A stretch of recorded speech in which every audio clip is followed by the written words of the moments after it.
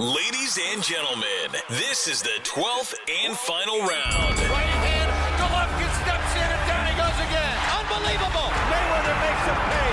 What a rookie mistake. A sensational left hook by De La Hoya. It's facts. I'm the best. You know what I mean? Sometimes I don't want to believe it myself, but it's the truth. I'm the best. I'm going to show you how great I am. From Southern California, this is the Last Round Podcast. Number 50, Mike. Episode 50 of the Last Round. Halfway to 100. We're almost there, right? Half a century. Half a century. Once again, thank you guys for tuning into the Last Round Podcast. I'm your host, Danny Z, alongside my co-host, Michael Shepard. Coming off a big fight weekend out here in Los Angeles at the Staples Center, coming off the Fox pay-per-view card main event of Spence and Porter unification matchup, which was a great fight. Whatever your opinions are, promoters and all that stuff, that was a great fight. Fight of the year contender. But We'll get into that later in the program. We'll touch on that later. But before we go into the reviews and previews, of course, we got a special guest on the line who's actually fighting this Saturday at Madison Square Garden on the DAZN card, on the undercard of Triple G and Derevyanchenko for the IBF middleweight world title. He's actually making his professional debut, and he's been described as one of the most decorated Irish fighters of the last, how many years do you think, Mike? Ever, right? We got Joseph Ward on the line. Thank you very much for joining us, Joseph. Thanks for having me on. Do you go by Joseph or do you like Joe? It doesn't really matter, but usually they call me Joe. So it's pretty easy. All right, so we'll stick with Joe then. So Joe, you're making your professional debut this upcoming Saturday on DAZN, as I mentioned, and so you just turned pro, and then why don't you tell people when you actually signed the contract to turn pro and who you're signed with? Pardon? Why don't you go tell our listeners when exactly did you turn pro? When did you sign the contract to turn professional? And who are you signed with? Yeah, had a really good amateur career. I was very successful in the amateur career, and I just felt like the time was right, and I felt like I got the right team around me, and the management team was Joe Winter and Adam Glenn, and really top managers, and the promoter is DiBella, which is a very famous promoter. So I'm delighted with my team and really excited to see what happens. Were you approached by anybody else, any other promoters besides DiBella? Yeah. I've been in negotiations with quite a few promoters over the last number of years as an amateur. But I felt like my team was very strong this time around, especially with Joe Winters and Adam Glenn and is managing me and DiBella. So again, it's a very strong team. Am I right in saying you're training with Buddy McGirt? Yeah, I've been out in Los Angeles for the past 2 weeks doing some work with Buddy McGirt. So it's really went really well. Preparation's gone really well for this fight, and really looking forward to October 5th. I'm going to make my debut in the Garden. The opportunity for me, so really looking forward to it and a great performance. So you're obviously in camp with another well-known light heavyweight in Kovalev. Yeah, Buddy is in Kovalev for a big fight with Canelo. So yeah, having someone like Buddy in the corner and training you, but his experience definitely bring the best out in you.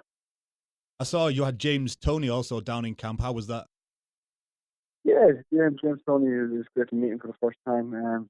He's a legend in the sport. It was great to meet him and get some good advice off him. And yeah, it was an honor to meet someone like James Toney in the gym, watching me work out. You're going to be obviously making your debut at Madison Square Gardens. I can imagine travel for somebody like you who's massively experienced in the amateurs, really doesn't affect you. Look, it's a massive opportunity for anybody to make the fight in Madison Square Gardens, but especially making it on your debut, it's something special. But I have to thank obviously my management team for give me this opportunity. And I'm a very experienced fighter. I know what I have to do. And as I said, I believe I'm going to find a great performance, and I'm going to get the win. So Joe, obviously boxing fans know that the Olympic Games are in Tokyo next year, in 2020. And what made you turn professional instead of trying to go for the Olympic gold in Tokyo? What made that decision? Because obviously we've seen that you're a little older. You're in your mid-20s. So that's a little different, than some other fighters. What was behind that decision making?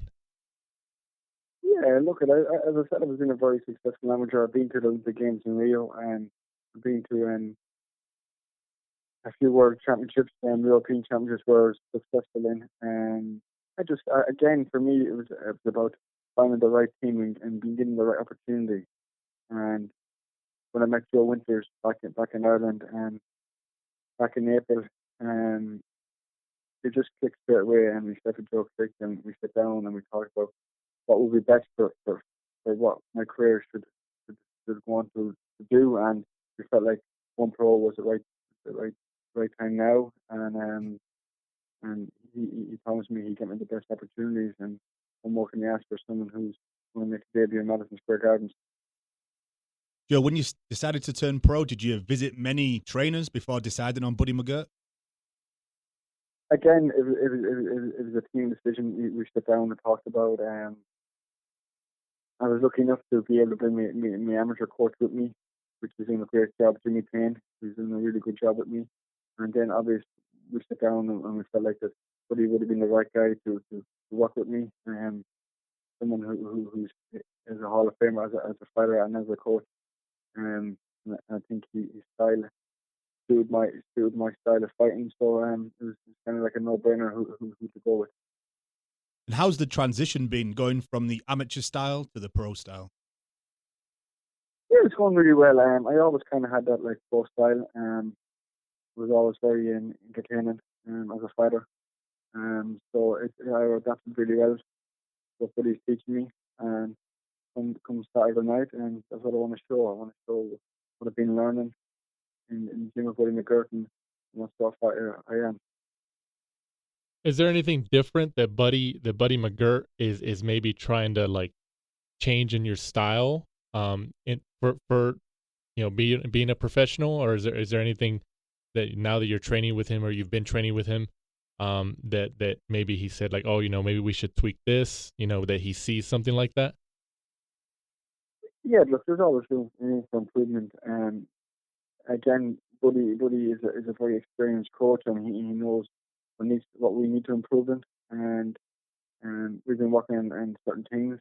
But overall, he was very happy with me, and I think it's a great team, and I think everybody really gets on really well together, and we understand each other, and that's very important. So as we mentioned earlier, obviously, Buddy McGirt also trains Sergey Kovalev, who's also light heavyweight. Are you assuming your pro debut goes very smoothly and you don't get hurt or anything like that?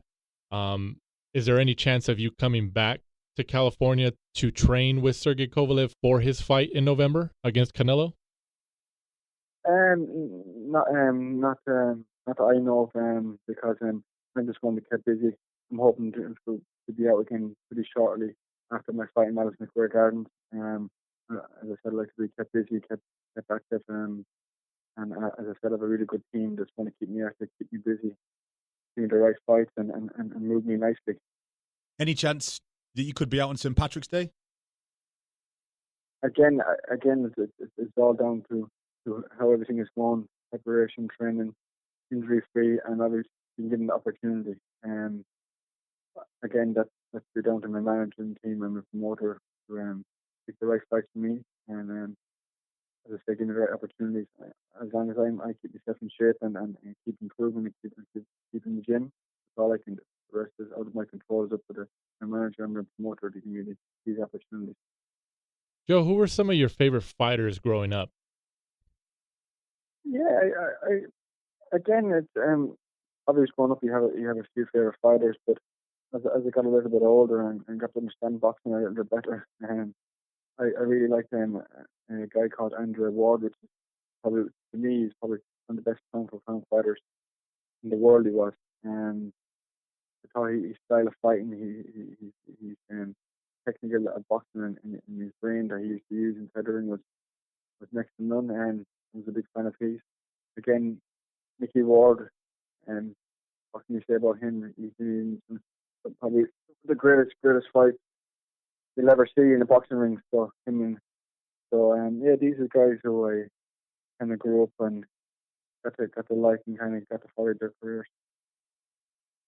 So out of all your awards, your championships, all the accolades that you did in your amateur career, you're a 15-time Irish national champion, 3 gold medals at the European Amateur Championship, the gold medal at the World Youth Championships, and obviously a lot more. Out of all those moments before obviously you turning pro this year, which one stands out in your mind out of all of them?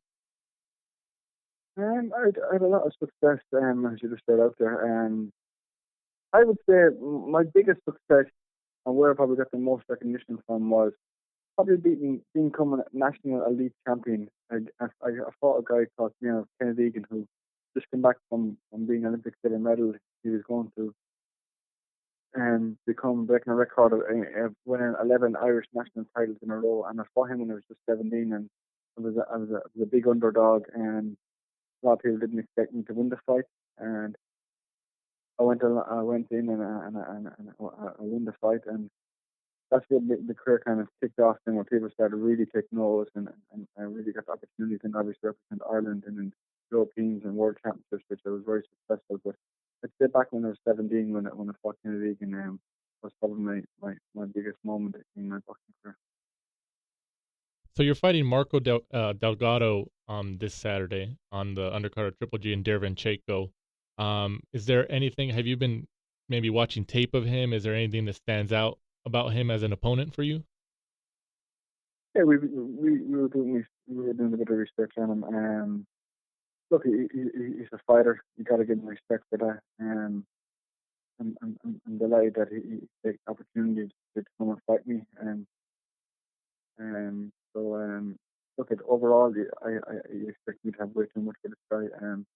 My amateur career speaks for itself, and there's levels in boxing, and I believe that I'm a lot of levels ahead of this guy, and so I'm just had to be focused, perform, and I can't see me in any trouble at all.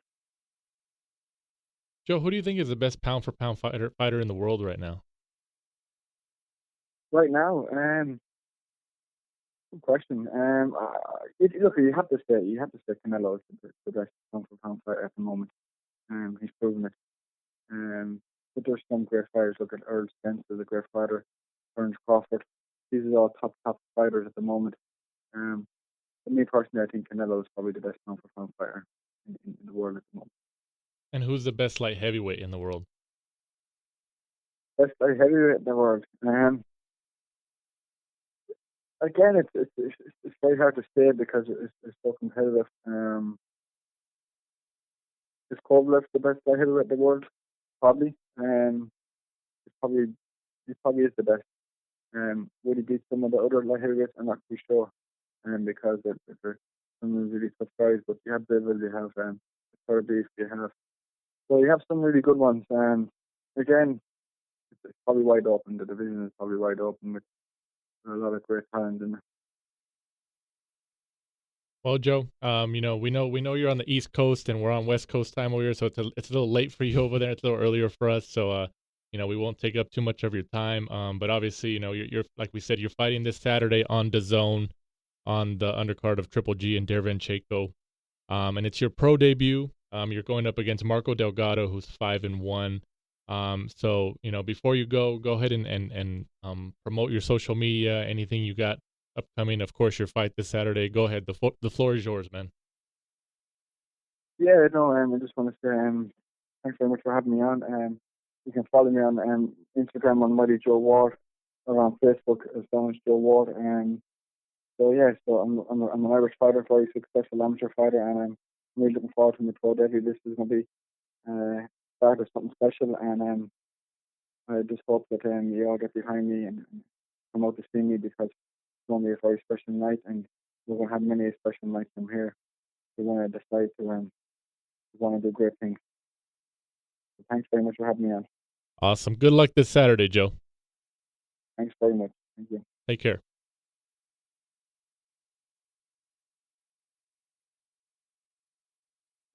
He's 25 or 26? 26, I think. 26. So he's got a late start.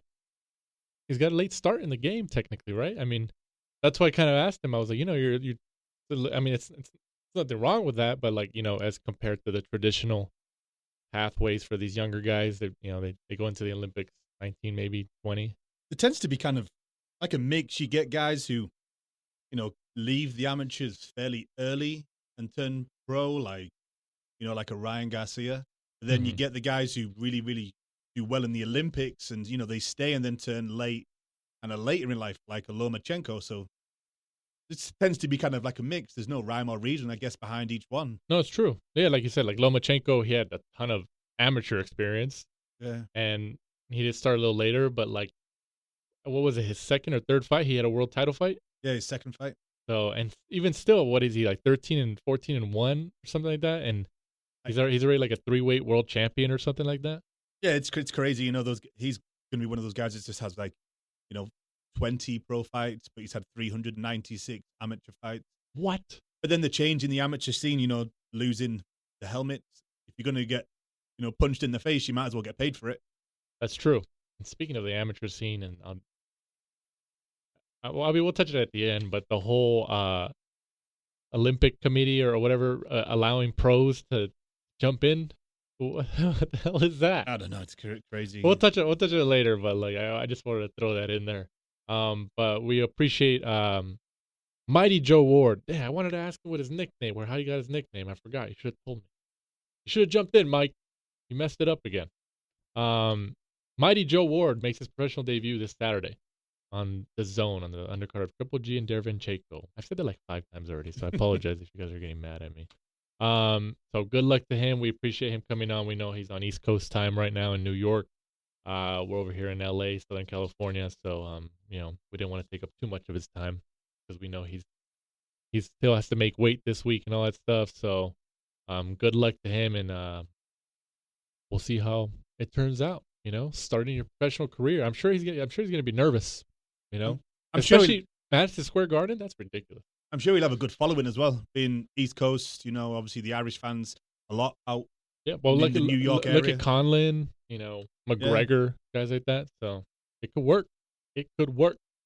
Fight reviews this past Friday, the 27th, from the Royal Albert Hall in Kensington, London, on ESPN Plus. I feel like I saw commercials for this on YouTube all the time. Mm-hmm.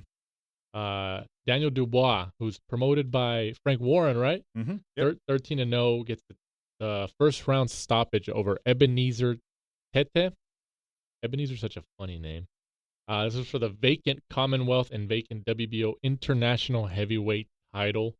I mean, did people not expect this? Obviously, he was the heavy favorite, right? Oh, yeah, Dubois went into it, a heavy favorite. I don't think people really knew too much about Ebenezer Tete, just that he was 19-0. They could just promote him as an unbeaten, but you could see kind of early on Dubois went in there, swift and dominant display, really a nice combination. Just floored the guy twice, onto bigger and better things. So it's kind of one of those where you look at, he's now won 7 titles so far in his 13 fights, just picking up, trinkets left, right, and center. So it'd be kind of, Dubois is young. Yeah, he's very young. For a heavyweight, 22. Yeah. So I think they're going to move him really, really slowly. Like they're calling out, Joe Joyce. Personally, I don't think Joe Joyce wants any of Daniel Dubois because You think he loses? You think Joyce loses? Yeah, I think Joe Joyce is too flat-footed. He's very, very slow when he punches. Doesn't mix up his combinations too well. I just think that they're trying to move Joe Joyce into a position to really kind of cash him out against one of those big guys. Yeah. Instead of trying to drop him back down to whether you'd call it British or even European level against Daniel Dubois. Yeah. Dubois is young enough that he can kind of just, go through the motions, keep learning the trade. And by the time he kind of decides to move up, your Wilders and all those are going to be either retired or, long in the tooth where he can just come in and dominate the division. Yeah, I think you're right. In terms of his age, I think he's at the sweet spot because he's young enough where he's obviously, at least not anytime soon, he's not going to be in the ring with like a Wilder or a Joshua and those guys. And by the time he gets into like his prime years, they're going to most likely be at the end or already out of the game. Mm-hmm. So I think he's in that sweet spot in terms of the age. But Frank Warren is definitely marketing him heavily. I mean, there's always, anytime you watch IFL TV on YouTube, there's always commercials of him right before each video. I think it's just best to, keep him like the Dark Destroyer, just in the background because he doesn't speak very well. Oh, so really? I think he's better off having like an Ultimate Warrior, just run down, beat people up, just run out the ring. No interviews. Hey, man, if he did that, if he came like in an Ultimate Warrior costume or something, he would get a lot of promo for that. Get a lot of wrestling fans. I think you just gave him an idea. He better do it. Frank Warren, if you're listening, take notes. Because when you hear him talk, he kind of puts you off a bit. Because, he's big, he's got the image, just goes in, just knocks fools out. And then when you hear him on the mic, it doesn't really go. It's not that media savvy yet. Well, he needs some media training then. That's true. Queensberry Promotions. You guys got to take care of that. But obviously, they're putting a lot of stock behind him. So, how many times do you think he fights next year? I think 4. Yeah, I think maybe with the step up, he's not going to be out there like 5 or 6 times. I think, stepping up to European level now, he's already fought, Kevin Johnson, but, sort of those guys who are names, but they're kind of over the hill and they're coming back down. I can see him, being in the mix with some of those, maybe even like a David Price, something like that. Derek Chisora, maybe. Right. Around those sorts of levels still. But it's definitely good to see. Because at first, I picked him to lose to, who's the guy that you fought? You picked Dubois and I picked they ran commercials for that all the time. Nathan Gorman. Yeah. I thought Gorman was going to be too tricky for him because I thought it was a Joshua, Andy Ruiz sort of style. But, Dubois definitely has stepped up and, his combinations are a lot better. His feet are a lot better. He actually looks pretty quick. I think, if you did match him with Joe Joyce, I think it would be a good night for old Joe. I mean, he looks good so far. Mm-hmm. So, if he is looked at as the potential next in line for the heavyweight stardom, we'll see. We'll see how it turns out. But he's doing good so far. Undefeated, 13-0. Gets the first round stoppage this past Friday. So I'm sure. I don't think he'll come back by the end of the year. I think he'll come back maybe February or something like that. So we'll see. We'll see. Also on that card, Dennis McCann gets the second round's TKO stoppage over Georgiev. What? I would agree with that. Is that a typo? Is that the same? This guy's 8-16. He has 16 losses. What? Are you serious? That's nothing on a British card. You get some of the journeyman with like 106 losses, 150 losses. That's true, huh? Mm-hmm. That's true. They got to make like documentaries on those guys, man. They did make a short one. That's what I want to see. Yeah. That's what I want to see. Just picking up the paydays. So McCann's obviously a young guy, 18 years old, bantamweight prospect. He's at least probably on that side of the pond. He's generating some hype, right? Yeah, he's been out. I think his debut was earlier this year, and every single time you watch him, he's you keep naming him, the next Prince Nazim. What? In his last 17 amateur bouts before he turned pro, he knocked all 17 out. Damn, that's impressive. That's impressive for the amateurs. That's impressive. All 17 went up, all 17 went down. There's some serious hype behind him. He's definitely one to watch. Throws a lot of punches from weird combinations. Loves like a jumping in uppercut, which is good to watch for us fans on the TV. So I definitely, if you see his name, I would watch his fight. Moving on, female fight. Nicola Adams gets the split draw, man, over Maria Salinas. WBO flyweight. This is a WBO flyweight title. Mm-hmm. Scores of 94-96, 95-95, and 97-93. Obviously a split draw. I think we've touched on Adams before, and how she should be able to fight Sinisa Estrada like in the future? I think you've touched on it. Yeah, I was going to say, I actually wrote something on this that, Adams is a double Olympic gold medalist. It was a tough night, and to be honest with you, I think she kind of got a home decision on that performance. I honestly think friend of the show, Sinisa Estrada, I always say her name wrong, I apologize, I think would comfortably beat her. Comfortably? Yep. Comfortably. Yep. Knockout? I don't know, because it's women's boxing. You don't see too many knockouts. Well, but I think Sinisa's she's had some stoppage the last couple fights. If you remember when we were speaking to her and she moved up in weight, kind of like a more natural size, she got kind of the power went up with her. Yeah.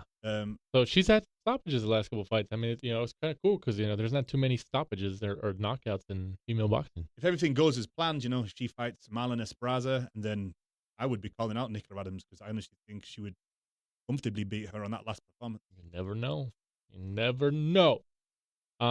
Saturday, this past Saturday, the 28th of September, from the Staples Center in downtown Los Angeles on Fox pay-per-view. Another significant bout, another significant card. A PBC fight. Errol Spence Jr. gets the split decision, hard-fought split decision, and unifies the WBC and IBF welterweight world titles as he defeats Shawn Porter by scores of 116-111, 112-115, and 116-111, so twice.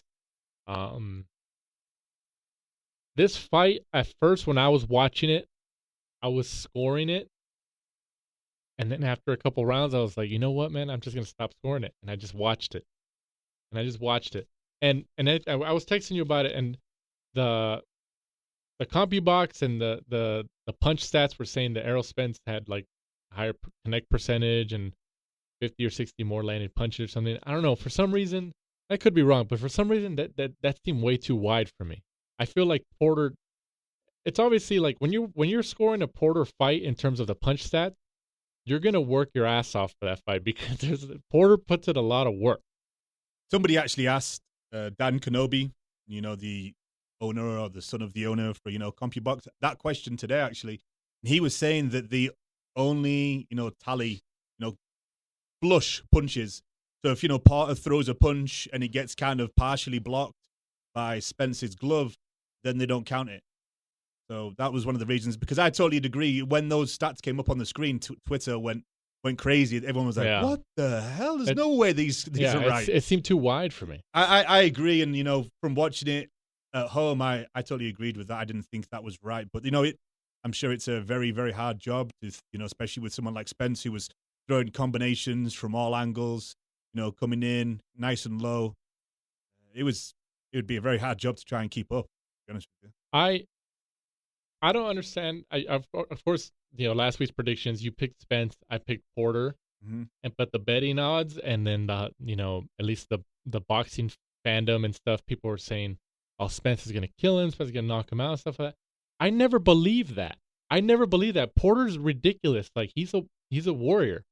Like people were saying, "Oh, Spence is gonna kill him." Like I don't want to say Spence is overrated. I don't think he is, but I think in terms of this fight, people underrated Porter a lot. They underrated him a lot. I mean, the guy can take a punch. I know he went down, in the 11th it was a left hook from Spence, but I mean, he's been hit with harder shots before, and he didn't go down. But I think why he went down from that left is because he was already in motion going for his hook. So as Spence came around and connected on him, Porter was already in motion to hit him, so his body was already going pretty much in another direction. I think if Porter's weight, he wasn't in the middle of that motion, he wouldn't have went down. I don't think so. No, I agree. I think he was kind of like leaning into the punch. Yeah. So he was off balance. So when he caught him, he went down and he was literally down for like half a second. Like he hit the canvas and got straight back up. I thought it was cool though. It was a cool moment because he got up and he like yelled at him. He's like, "All right, let's go. Let's go." Yeah. I thought it was cool but you could tell like he was a little bit upset with himself. What did you think of Porter's style? No, because it was kind of like a mixture of, as we kind of touched on last week, the Shawn Porter football style of just coming in and just roughing him up. But then he also had that style against Ugas where he kind of boxed. This was kind of like a hybrid because he was coming in, kind of like shuffling his steps so Spence didn't know when he was going to come in. And at the same time, he'd throw like 1 or 2, maybe even 3 kind of like dummy jabs. Yeah. And just would never let Spence get settled. And then he was mixing up his rhythm. I thought it was an unbelievably great style, not one that you often see. I mean, he had to expend a lot of energy over the first 6 rounds. Spence must have been crazy tired. The amount of energy he expended just from not standing still. Right. I mean, I don't understand, like you said, like, Porter's got that football style, just coming. He's not letting you breathe. Like, this was going to be a tough fight from the get-go. And, I mean, even watching the fight, like, yeah, I mean, Porter's style from, like, an overall perspective is always technically the same. Mm-hmm. Like, they know he's going to be aggressive. He's going to come in. He's not going to let you breathe. Like, he just comes forward. His stamina is really good. Like, it's just like that. Yeah, there was, like, certain tweaks that you can see that he obviously added. But from an overall perspective, he's stuck with the same style he's always been used to. What did you think of the relative ease that every time he went to the corner, it looked like he would kind of let Spence put him on the ropes, and then he would just grab him and turn him around. I thought that was awesome. I thought those were great moves by him. Like, he would let him put him on the ropes, and then Spence would kind of get his shots in, and then Porter would kind of shuffle and flip him around and then have him on the ropes. Easily, though. Relative ease. Yeah, and I thought that was cool. I was like, oh, wow, that's some great footwork. And he's like just rotating him. Do you think, even though Porter didn't win the fight, do you think that he's kind of shown other people a game plan of how to unsettle Spence? Well, who else fights like Porter? Nobody fights like Porter. That's the thing. He fought.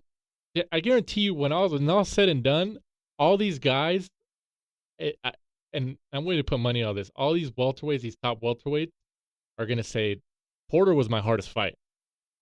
But Spence, to be honest with you, at the end actually did say that. Yeah. I thought early on when he wouldn't settle him and then he kept catching him with shots over the top, there was a couple of points where he kind of looked at Spence's face and he was kind of like, what the hell is going on here? Yeah. Like, he was just kind of like, I have no idea what to do. I mean, you're right, though. You're right. But Spence, Spence did fight, and he was in there fighting. You know, don't get me wrong. I know we've been talking about Porter this last few minutes, but Spence fought his ass off too. I'm not upset at the decision. I'm not saying that, Porter should have won or this and that. I'm not upset at the decision. You know, that was a close fight. That was a close fight. Spence winning does not bother me. It does not bother me. Kind of don't really know how to word it, but without scoring the rounds, just with the eye test, watching it, I thought Porter won. I see. I can't see. I'm not mad at that either. Like, even though he got dropped, I mean, because we were texting, and I was saying to you, I was like, dude, Porter's killing him. Yeah. Like, in terms of, just moving him around the ring, making him fight his fight, unsettling him, getting in close, getting his shots off. I know, looking at, the CompuBox, sometimes without watching the fight, you'd kind of think, oh, well, Spence won this easily. Like, if you looked at the CompuBox stats, you'd say, without watching the fight, you'd say, oh, well, Spence won this easily. Look how many times he landed and, stuff like that. But then if you actually watch the fight, it was nowhere near that. He was moving him around the ring, caught him hundreds of times. That fight was honestly exactly how I expected. Porter always makes you fight his fight.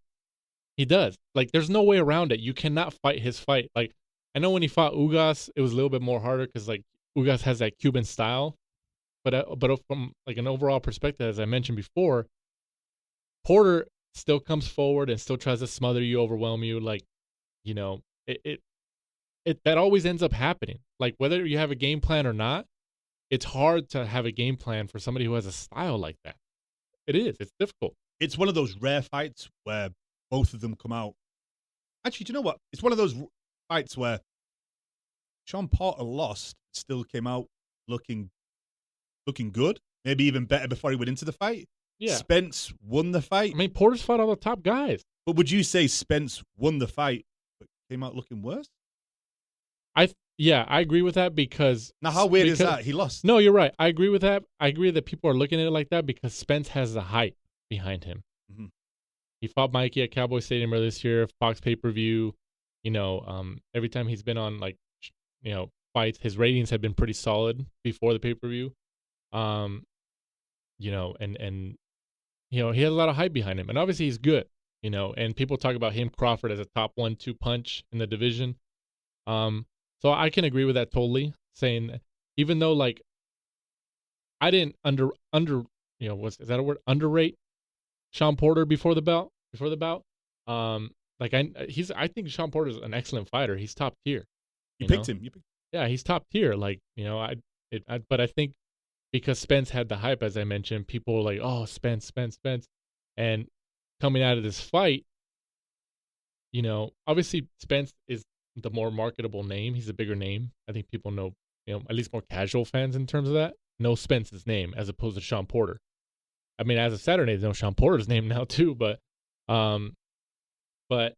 yeah, I think you're right. I think even though Spence got the physical win and unified the titles, he might have came out looking worse than Shawn Porter, even though he got the win, because it's just like anything. Like for example, when Mayweather fought Maidana the first time, yeah, he beat him, like, what was it, like a close unanimous or a split or something like that? Mm-hmm.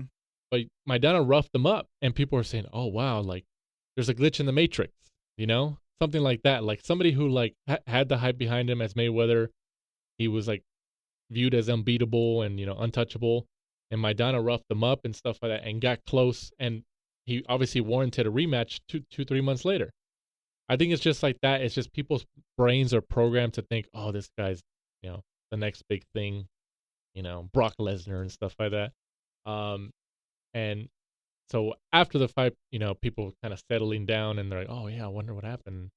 So in that regard, yeah, I agree with what you're saying. So hypothetically, going into the fight, I asked you, Spence Crawford, and you had it at a 50-50. After the fight, you still have it as a 50-50 fight? I think it's still a 50-50 fight, but if you want me to pick somebody, I'll pick Spence. Oh, you're going the other way. You think Spence would beat Crawford? Well, I've never picked Crawford in that. Even before this, I've always picked Spence. I've always thought it's a 50-50 fight, but if you were like, if you want to twist my arm and have me pick somebody, I've always picked Spence, even before this fight. I just thought, and I like Crawford and stuff, but like, this whole stupid wrong side of the street stuff, and I know it gets annoying and stuff like that, but like, it's happening. It's happening. Like, it's business, And is it good for fans? No, obviously not. Obviously not. We want to see these fights happen, but I mean, Spence is going to end up fighting all these top welterweights that are in his stable.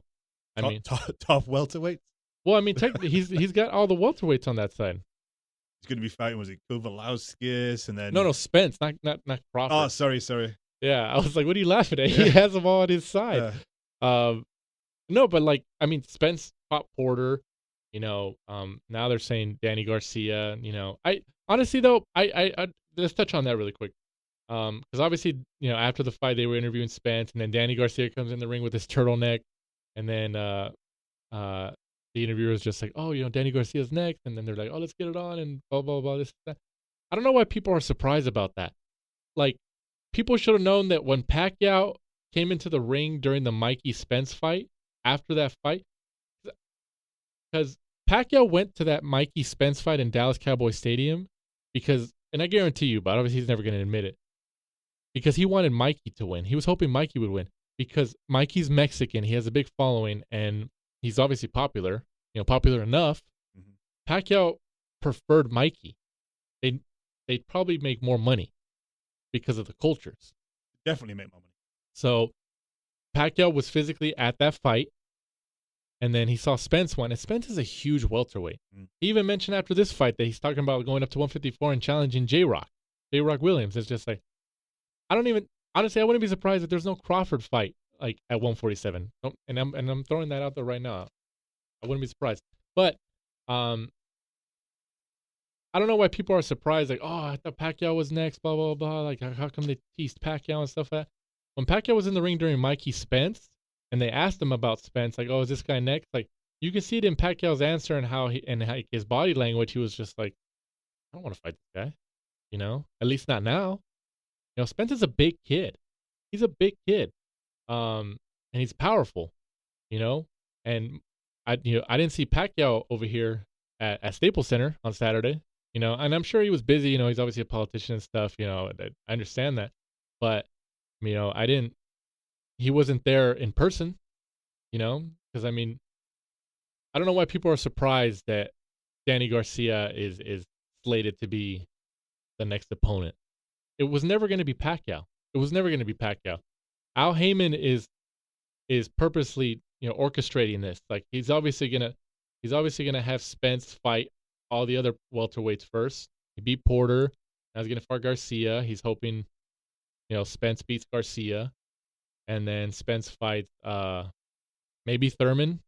If Thurman comes back and gets a couple wins under his belt, but by that time, Rona. I mean, no, maybe. Who knows? Maybe. And then he'll fight Pacquiao. Pacquiao's like, the final boss. That's what it is. It's like the two most hated and most used words in boxing: wrong side of the street and marinating. Yeah. We need this fight to marinate. I don't think we do though, because Crawford has already unified at 140, then moved up, and then Spence, like you said, he's a big kid. He could end up being eventually just too big for the 147 division. But honestly, though, I understand unifying a division is a big deal. Mm-hmm. It is. It's very impressive. But I mean, Crawford fought Ndongo and Postal.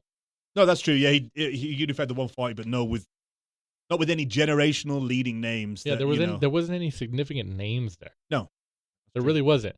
And I'm not saying that Crawford's not good. He's good.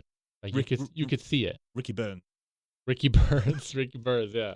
But I mean, I think he knows that he needs a name. He needs a name. But all the PBC guys, they're gonna stay away from him for now, and they're gonna fight each other. Well, you tweeted today about Eddie Hearn. Yeah, exactly. What I put out today. Eddie Hearn gave an interview today, or the last couple of days, where he said that, and I'm paraphrasing, but he said something like, he was talking about Crawford, saying that Crawford needs to tell Top Rank that he's like, hey, I should be the A side. I don't want to be the B side, something like that. Because, Spence is obviously, his profile's going up. This is his second pay-per-view. And especially if it does decent, it's only going to help his star power. And now Spence has got 2 titles, So right now the scales are tipping heavily in favor of Spence in terms of the money, in terms of the A side. I don't think anybody could argue with that. Nobody could argue with that. And so Eddie Hearn, said that Crawford, should tell Top Rank, I don't, I need to be the A side and not the B side in this, and blah, blah, blah, blah, blah. And he also said something like, Crawford can't get to that level, can't be the A side fighting guys like Amir Khan and Kavalauskas. He's like, because that's who he's going to fight this year. I mean, there's no confirmation that he's going to fight Kavalauskas yet, but I mean, that's what other name is out there? He can't get any of the PBC guys. Kell Brook, maybe? I mean, he's got more of a name over both sides of the ocean. Yeah. I mean, honestly, the only other name out there right now, obviously because he can't get the PBC guys, is Kell Brook. Yeah, because, he's talked about fighting Kavalauskas, Rasputin, and then, the one he turned down before was Luis Collazo. Yeah. When they announced he was fighting Luis Collazo, and the next thing he turned it down and ended up being Amir Khan. Do you think he's a big enough name, because Golden Boy have openly said that Canelo told Oscar, I want to fight Lara. And they told him, hey, we don't want you to fight him. And Canelo just kind of dug his heels in and said, no, I'm fighting him. Yeah. Do you think Crawford's in that kind of... No, he doesn't have... I don't think he has Canelo power. To tell Bob Arum, hey... I'm sure he has a say, but that was early in Canelo's career, though. But Crawford has that... he has that demeanor, and he says it himself in an interview. He's just a quiet guy. He's not really he doesn't really give interviews and stuff like that. He's just kind of there. He likes just fighting. That's his thing. He's said that in interviews. But I think it's going to get to a point, which the point could be now, where he's telling Top Rank, hey man, you guys got to make a fight here. You guys got to help me out. You can always tell Bomac he loves talking. Yeah. Oh yeah. Bomac could do the talking. You don't for have him. to worry about Bomac. He'll voice his opinion, but I don't know. And then people talk about Crawford, he knew all the other welterweights were at PBC. Why did he sign a long-term deal with Top Rank? Why did he resign and stuff like that? I mean, who knows? Only he knows that. Obviously there was a lot of money thrown at him by ESPN, Top Rank. I mean, is it stupid for him to turn that down in terms of a business decision? No, it's not. But I mean, what was that conversation like? What's in that contract? The top rank said, we'll get you those fights, and I mean, I guarantee you that those conversations were had when he was negotiating with them for a renewal. They said, yeah, we'll get you the PBC guys. Like, we'll make efforts to get those fights. But I mean, like, it's not going to happen for a while. Staying at top rank, he's a big fish.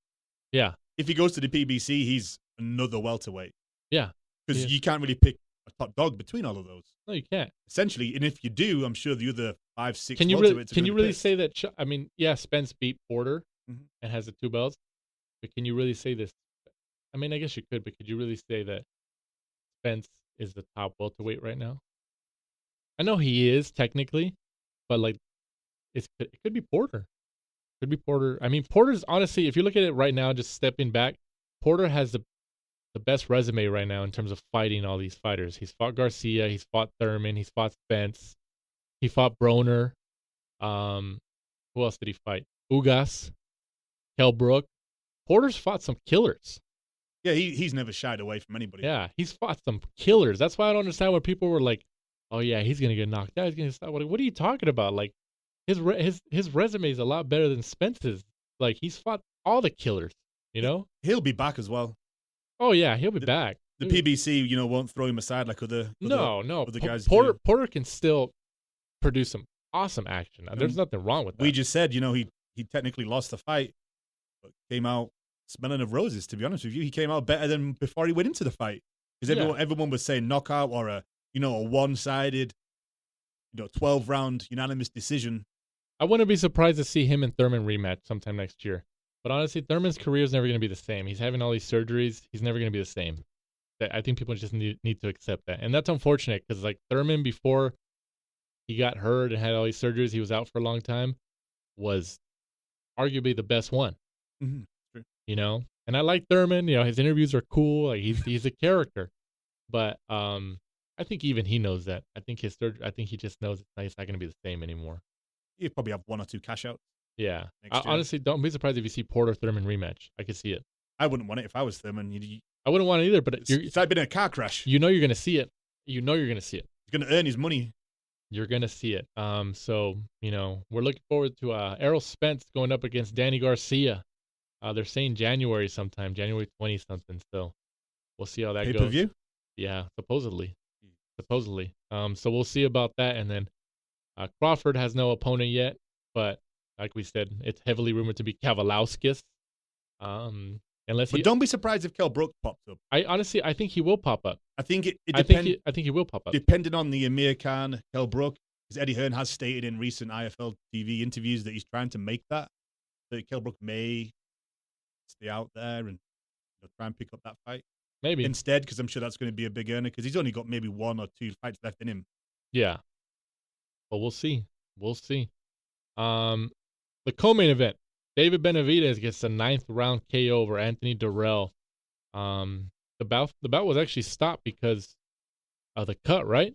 Yeah, it was stopped because of the cut.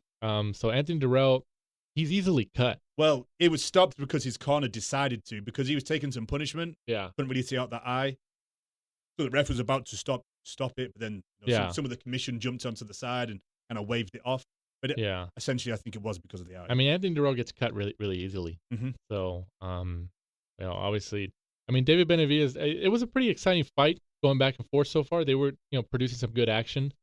But right when he got that cut and they zoomed in on it, I was like, oh man, yeah, it's not going anywhere. It's just going to go downhill from there. What did you think of Benavidez' performance? Because I asked that because he fights really tall. I watched this via Sky Sports.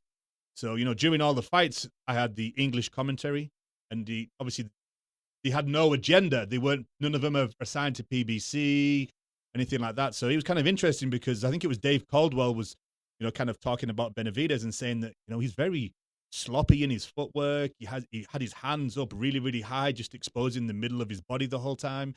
I don't know whether that was because he decided very early on that, Dirrell had no power, and he was literally just going to walk him down. But, he was just literally just walking, like, having his feet like crossed over together, which, obviously in boxing is a no-no because of the balance. Yeah. He didn't have one foot, in front of the other. It was kind of very strange just the way that he did it. Like, it's literally like he just got all the normal boxing things and just throwing it out the window and just decided just to walk him down like a street thug and just beat him into a pulp, which, essentially he did. He's good for the fans, but if he steps up and fights, Billy Joe Saunders or Caleb Plant, in that kind of style, then I think they would run rings around him, to be honest with you. Probably. I don't know whether he would up his game if he was fighting somebody else, but I'm hoping that it was just a performance where he just, didn't respect Dirrell and thought he was going to have an easy night.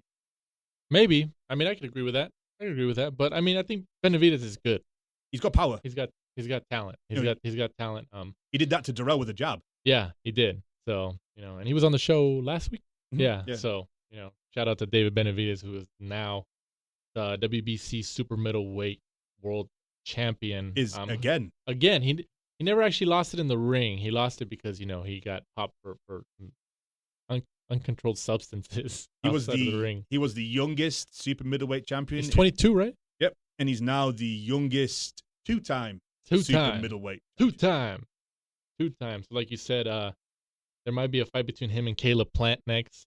They had some heat between each other, so there's some bad blood there. So that could be a pretty entertaining fight, and the lead up to it could produce some cool fireworks. So clash of styles as well would be brilliant. Yeah. So, but also who's at 168? BJ Saunders, Callum Smith. Some good fights. 168 has a pretty good names. So, Benavidez, Callum Smith would be awesome. Two very tall fighters for that weight division. I think that'd be an awesome fight. Just a mixture of those four. If you just did those in a round robin, it'd be brilliant. Yeah. Two big punching tall guys against Caleb Plant and Billy Joe Saunders, who are more of your stylish, fleet of foot boxers. Yeah.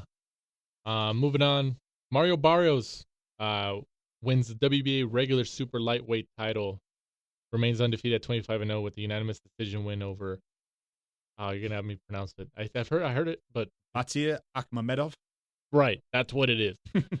So there was obviously some controversy around this fight too. It was also a close fight, and I think we were texting during this fight as well. And I told you, I was like, if it goes to the cards, they're going to obviously give it to Barrios. He's the Al Heyman fighter. Mm-hmm. Well, that's exactly what happened.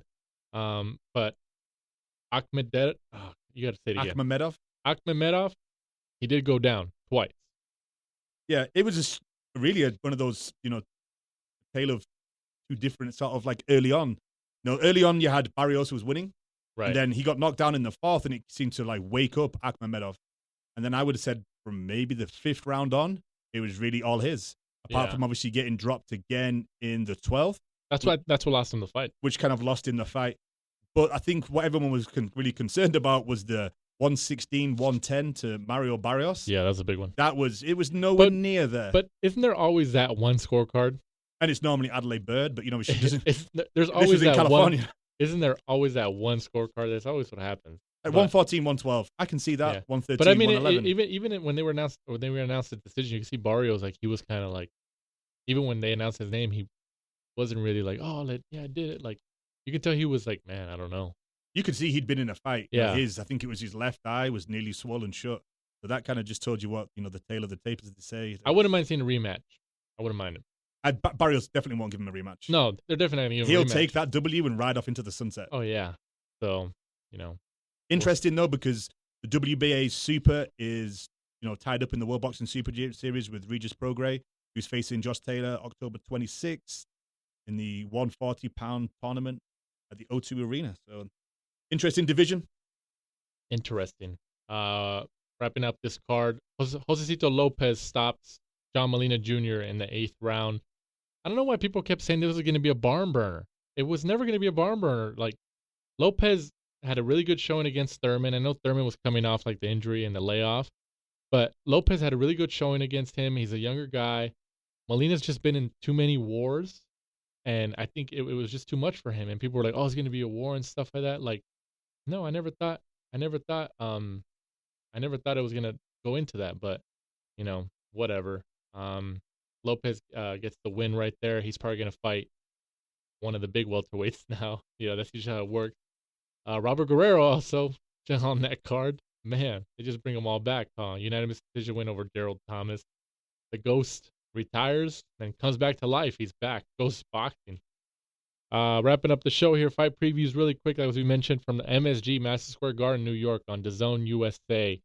Gennady Golovkin returns as he goes up against Sergey Derevyanchenko for the vacant IBF and IBO middleweight world titles. The IBF was obviously stripped from Canelo earlier this year because they didn't make a fight by a certain date and all this stuff, and there was all these issues. This is going to be a tough fight. If people remember, Golovkin chose to vacate his IBF title last year after that Canelo fight. The second one, right? That's the second Canelo fight. Yeah, I think that was more to do with risk and reward. No, that's true. Derevyanchenko was, highly ranked, highly touted, but fighting him was going to be nothing in terms of, right, a paycheck for Triple G. So risk and reward. I think that was the same with Canelo. IBF was saying like, hey, time for your mandatory. You need to fight Derevyanchenko, and he's just like, what the hell? Why am I going to fight that guy? Yeah. Like Canelo's at the point, like, obviously you get the big names and stuff like that. Like, you fight for the money fight. The problem is I think for me is Derevyanchenko stepped up and fought Jacobs. Jacobs, to me, I thought handled him quite easily. And then, on his last couple of comeback fights. But he did. Derevyanchenko did get him he did perform well. Like, Jacobs did win, but like Derevyanchenko obviously showed that he can hang. He struggled with Jack Fulke, though. Yeah, that's true. I forgot about that. That was one of the worst fights I've ever seen on TV. Honestly, like 36 minutes, I think it was, I'll never get back. You'll never get it back. 36 minutes. I think this is an interesting fight, especially, who knows? Like, everybody talks about Gennady Golovkin, getting older, of course, and stuff like that. I think he still has a lot left in the tank, but you never know. Derevyanchenko could pull something out. What I found interesting was that this is the first time Triple G's ever had, like a full-time strength and conditioning coach, and the first time he's ever had a nutritionist. That's crazy how I saw that. That's insane. He was world champion for how long? Yeah. Hey, he did it without it. I think that's insane. But, we'll see how it goes from here. Golovkin, whoever wins this title, obviously, they have a good chance of fighting Canelo in May, depending. Derevyanchenko is going to have to wipe him out because if he goes to the scorecards, everybody's, the money pot is Triple G, yeah. Canelo. Honestly, though, don't be surprised if, let's just say, Derevyanchenko pulls it off. Don't be surprised if Golovkin has a rematch clause in there. It's like, no, I get a rematch. Don't know whether he can, though. He's not champion or anything like that. There's nothing... that's true, but, like, you never know. Like, they could pull something out of the hat. Because, Canelo's already said, like, oh, I don't want to fight Triple G. He's like, when he gets a belt, maybe I'll fight him, Like, so Triple G getting the belt, anybody having the belt is obviously good for their career, but I don't know. This is an interesting fight. I know Derevyanchenko's not like a name, of course, and Gennady Golovkin is the one drawing the money here, but I think it's going to be pretty exciting fight. I think so. Who are you picking? I'm picking the fans to win. I'm going with the fans here. I'm going to go Triple G. Thinking couple of rounds to work him out, and then round 7 or 8, I think Triple G will fight. Because Triple G's kind of a slow starter. He is. He feels you out. He feels you out a little bit, kind of works you out, and I like the way that he uses his head as defense. He just takes a punch to return one. Yeah, I think Triple G stops him in the 10th. Because I think Triple G knows that, like, this guy's obviously tough. He's a rugged guy. And I think Triple G's actually going to come out and really try to stop him. Because I think he wants to make a statement. I really think so. I tell you what will be interesting is if it goes as planned, Triple G wins by knockout, and then does Oscar De La Hoya and DAZN, do they have to put their foot down on Canelo and say like, hey, we signed you and we signed Triple G to make this big fight? That's what's going to be interesting. I can't wait for that. Get ready for after this fight, and especially after the Canelo fight, get ready for months of back and forth in the media between these two guys, because it's going to be insane. It's going to be insane. It's a good time to be a boxing fan right now. It really is. It really is. But, once again, we'd like to give our thanks to Mighty Joe Ward, who's making his professional debut this upcoming Saturday on this card, the Triple G card on DAZN from Madison Square Garden. Making your pro debut in Madison Square Garden, huh? I mean, I know he's going to be one of the first fights on the card, so there's not going to be a lot of people in the arena. But, I mean, hey. The Irish fans will be there. I bet there's a few people. There'll be the Irish contingent. You're right. but just being able to say like my pro debut was at MSG, that's already an accomplishment in and of itself. So we'd like to thank Mighty Joe Ward for jumping on today on the last round, and talking about his fight this Saturday and his career and what his plans are. So Mike, tell him where to follow the show. You can follow us on Twitter and Instagram at The Last Round 12. Then, make sure to tune in next week. You'll be able to catch all the Triple G and Derevyanchenko review. Catch up on it. Once again, I'm Danny Z from Michael Shepard. This is The Last Round. Thanks for supporting and listening to the show. Follow us at The Last Round 12 on social media. Rate, review, and subscribe. This is The Last Round Podcast.